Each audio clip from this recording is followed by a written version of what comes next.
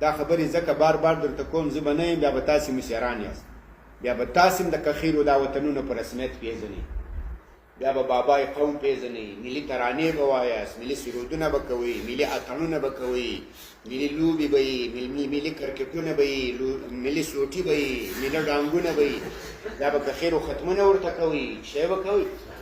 وزیر صاحب اعلان وکړي چې ملي لوبه روانه ده، چې شی وکړئ، ختمونه وکړئ، په جوماتو په مدرسو کې به جنګېږو، الله دې فتح ورکړي دې اتلانو بوتلانو ته.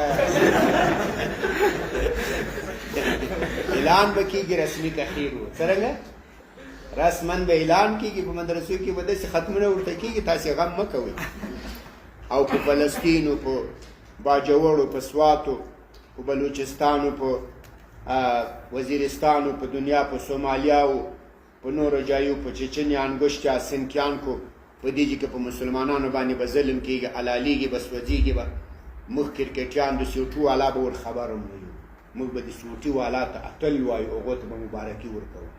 دومره سړی خفه سي چې موږ څونه غرق یو، موږ څومره بې خبره یو، موږ څومره د کافرانو د تبلیغاتو د دې تر تاثیر لاندې راغلي یو.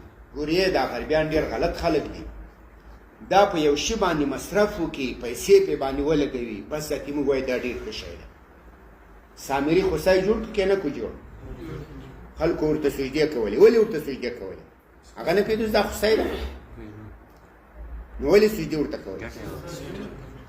هغه یې له سرو زرو، له سپینو زرو نه جوړ کړی و. له څه شي نه جوړ کړی؟ دا خو درته معلومه ده که نه؟ هغه یې له څه شي نه جوړ کړی؟ سامري چې و هغه دغه د غربیانو غوندې چالاک سړی و، سرمایه ګزاري پې وکړه، پیسې پې مصرف کړې، بس ذاتې ټول په سجده ورته ولوېدو. کرکټ کې ولاکه هېڅ شی مې ګوري، یو سوټی ده، یو بال ده، څه شی ده؟ خو پیسې دي پکې. دا اوس دا د افغانستان ټیم ته څو روپۍ ورکړې خبر یاست که نه یاست؟ 15 به نه یې ځوان 2 میلیونه به یې 2 میلیونه ډالر یې ورکړو. او د هند څخه ورلډ کپ یې وګټل، هغو ته 2.5 میلیونه ډالر ورکړو. څومره؟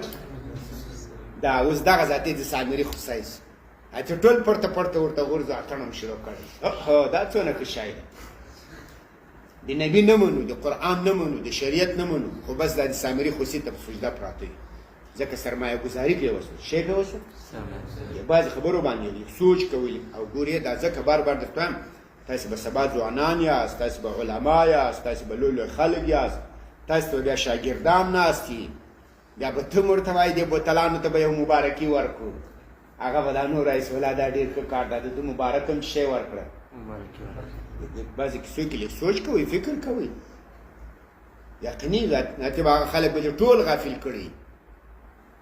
د فلسطین له شهیدانو چې به بې خبره یو، د ما ورور شهید کېږي، د ما خور شهید کېږي، د موږ خور شهیده کېږي که نه شهیده کېږي؟ یهود ظلم پرې کوي که نه پرې کوي؟ قرآن وایي انما المؤمنون اخوة. خو دغه د ته بې خبره یې نه یې خبر جیني. ولې؟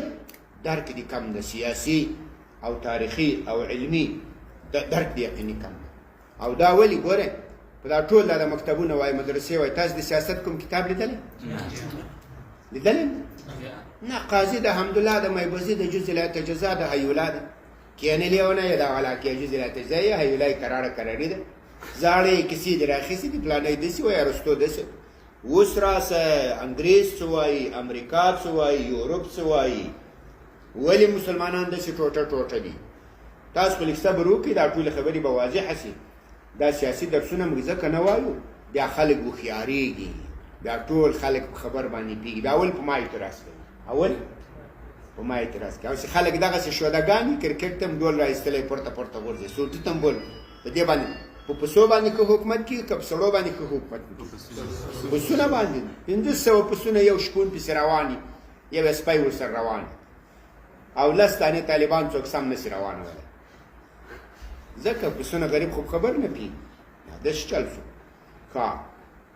وإن أباكم واحد ألا لا فضل لعربي على عجمي ولا لعجمي على عربي ولا